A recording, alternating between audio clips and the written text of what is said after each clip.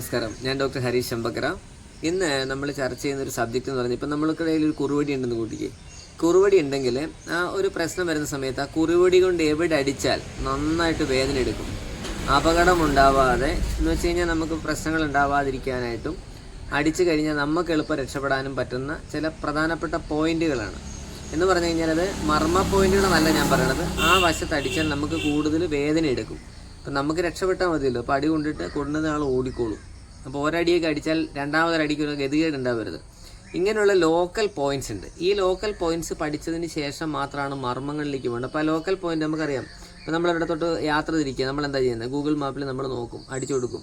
അടിച്ചു കൊടുത്ത് കഴിയുമ്പോൾ നമ്മൾ അതിനോട് അടുക്കും തോറും അല്ലേ അത് വ്യക്തമാവുന്നത്. എന്ന് പറഞ്ഞ പോലെ തന്നെ ലോക്കൽ പോയിന്റ് നമുക്ക് കിട്ടിയതിന് ശേഷം മേജർ പോയിന്റിലേക്ക് പോകണം. അങ്ങനെയാണ് മർമ്മം പഠിപ്പിക്കേണ്ടത്. അല്ലാതെ നമ്മൾ നേരിട്ട് മർമ്മം പഠിപ്പിക്കുകയല്ല ചെയ്യേണ്ടത്. അപ്പോൾ ഏതൊക്കെയാണ് ആ ലോക്കൽ പോയിന്റ്, എങ്ങനെയൊക്കെ അടിച്ചാൽ അവർക്ക് നന്നായിട്ട് വേദനിക്കും, എങ്ങനെയാണ് അവരിട്ടിട്ട് ഓടുക, അതെല്ലാം വിശദമായിട്ട് പറയുകയാണ് ഈ വീഡിയോയിലൂടെ. നേരെ വീഡിയോയിലേക്ക്. കുറുവടിയിൽ പ്രധാനമായിട്ട് ശ്രദ്ധിക്കേണ്ട കാര്യം, നമ്മൾ ഈ ഭാഗത്തിന് മുകളിലേക്ക് അടിച്ചാൽ അപകടം കൂടും. എന്ന് പറഞ്ഞാൽ ആൾ മരിക്കാനൊക്കെ ഒരു ചാൻസ് ഉണ്ട്. ഇവിടേക്ക് അടി കിട്ടിയാൽ വേറെ നോക്കണ്ട, ആൾ പോവുക തന്നെ ചെയ്യും. ഇവിടെ അടിച്ചാലും ബ്രെയിൻ ഡാമേജ് ആവാനുള്ള സാധ്യതകൾ കൂടുതലാണ്.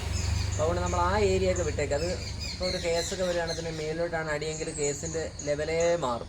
അപ്പോൾ അതുകൊണ്ട് നമുക്ക് തൽക്കാലം അതങ്ങ് വിടാം അല്ലേ. ഇനിയുള്ള ഒരു പ്രത്യേകത വെച്ചാൽ നമ്മൾ അസ്ഥികളില്ലേ, അസ്ഥികൾ ചേർന്ന് നിൽക്കുന്ന പറ്റുകളുള്ള സ്ഥലം. ഉദാഹരണം പറഞ്ഞാൽ ഈ കയ്യിൽ കണ്ടോ, നമ്മൾ കൈ തൂക്കിയിടുമ്പോഴത്തേക്ക് നമ്മുടെ ഇവിടെ ഈ ഒരസ്ഥി ഉണ്ട്. ഈ അസ്ഥിയുടെ ഭാഗത്ത് ഇങ്ങനെ അടിച്ചു കഴിഞ്ഞാൽ ഉണ്ട്. ഇപ്പോൾ ഒരാൾ വെറുതെ നിൽക്കുകയാണ്, നമ്മളിങ്ങനെ വെച്ച് ഒറ്റ അടി ഇവിടെ അടിച്ചാൽ 100% ആളിട്ടിട്ടുള്ളൂ. അതെന്താ, അതിൻ്റെ ഇങ്ങോട്ട് അടിച്ചിട്ട് കാര്യമില്ല, കാരണം ചതയത്തേ ഉള്ളൂ, മസിലാണ് ഉള്ളത്. ഇവിടെ അടിച്ചിട്ടും കാര്യമില്ല.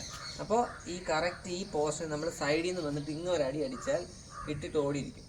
ഇത് ഓർത്ത് വയ്ക്കുക. ഇനി രണ്ടാമത്തെ കാര്യം, നമ്മുടെ കൈയുടെ പത്തി കണ്ടോ, കൈയുടെ പത്തിൽ ഇവിടെ മസിലില്ല, ഈ ഭാഗത്ത് മസിലില്ല. അപ്പോൾ നമ്മൾ തൂങ്ങിക്കിടക്കുമ്പോൾ കൈ കൂട്ടി വെച്ച് ഇങ്ങനെ ഒരു അടി അടിക്കുന്നെങ്കിൽ നല്ലതായിട്ട് വേദനിക്കും.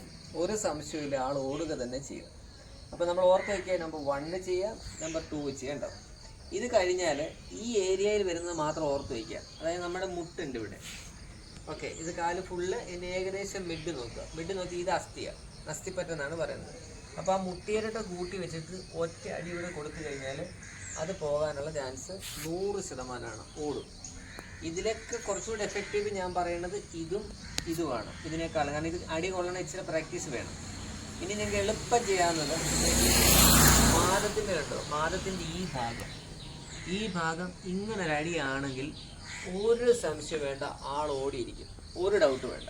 നിങ്ങൾക്കത് 100% ഉറപ്പോട് കൂടി ചെയ്യാം. ഇങ്ങനെ പത്തി കൂട്ടിയിട്ട് നമ്മൾ നേരെ അടിക്കുക എന്നുള്ളത്. ക്ലിയർ? ഇതാണ് ഒന്ന്. ഇനിയുള്ളത് നമ്മുടെ ഇവിടെ കണ്ണുണ്ടല്ലോ, കാലിൻ്റെ കണ്ണ്, ഈ ഉയർന്നു നിൽക്കുന്ന ഈ ഭാഗത്ത് നമ്മൾ ഇങ്ങനെ ചേർത്ത് വെച്ച് ഇവിടെ അടിച്ചാൽ ആൾ നിൽക്കത്തില്ല, ഉറപ്പാണ്. ഓക്കെ. പിന്നെ നമുക്ക് നല്ല വശമുണ്ട്, അടിക്കാൻ ശേഷിയൊക്കെ ഉണ്ടെങ്കിൽ നമ്മുടെ തള്ളവിരൽ കണ്ടു, തള്ളവിരൽ കൂട്ടിയിട്ട് ഇവിടെ ഒരൊറ്റ അടി അടിച്ചാൽ ആള് എന്താണെന്ന് പറഞ്ഞാൽ ഒരു 2-3 ദിവസത്തേക്ക് ഒരു ജോലിക്കും പോകില്ല. അതുപോലെ ഡേഞ്ചറാണ്. ഇപ്പം നമ്മൾ ഈ ആനയൊക്കെ ഇരുത്തുന്നത് നിങ്ങൾ കേട്ടിട്ടുണ്ടാവും. ആനയുടെ നഖത്തിൻ്റെയും തൊലിക്കയുടെ ഇടയ്ക്ക് ഒരടി അടിക്കും ആനപ്പാപ്പ. അടിച്ചിട്ട് ഉറക്കെ പറയും, ഇരിയാനെ എന്ന് പറയും.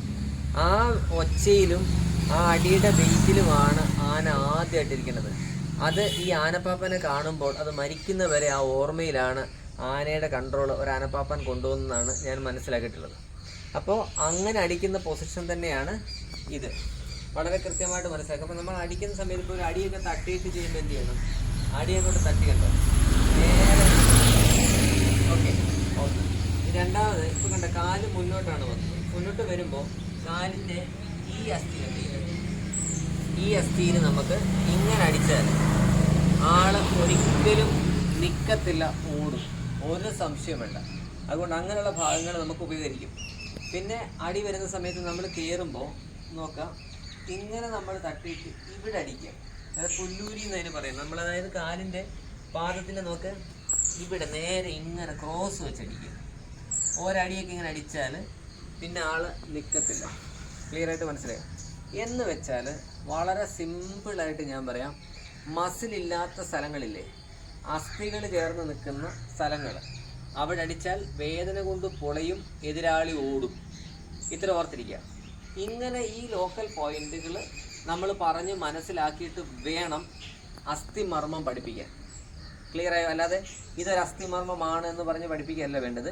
അസ്ഥികൾ എവിടെയൊക്കെ ചുരുക്കുകൾ, അതിൻ്റെ പറ്റുകൾ എവിടെയൊക്കെ നിൽക്കുമെന്ന് കണ്ടുപിടിച്ചതിന് ശേഷം, അടിക്കുന്ന എവിടെയാണെന്ന് കാണിച്ചതിന് ശേഷം മാത്രം എന്ത് ചെയ്യുക, കൃത്യമായിട്ട് അസ്ഥിമർമ്മങ്ങൾ പഠിക്കുക. ഇതുപോലെ തന്നെയാണ് സ്നായുമർമ്മവും സ്ഥിരാമർമ്മവും മജ്ജാമർമ്മവും ഒക്കെ നമ്മൾ പഠിപ്പിക്കേണ്ടത്. ക്ലിയർ ആയോ? അപ്പോൾ ഇതാണ് പ്രധാനപ്പെട്ട കാര്യങ്ങൾ. നിങ്ങളുടെ അഭിപ്രായങ്ങൾ അറിയിക്കുക. അടുത്ത വീഡിയോയിൽ കാണാം.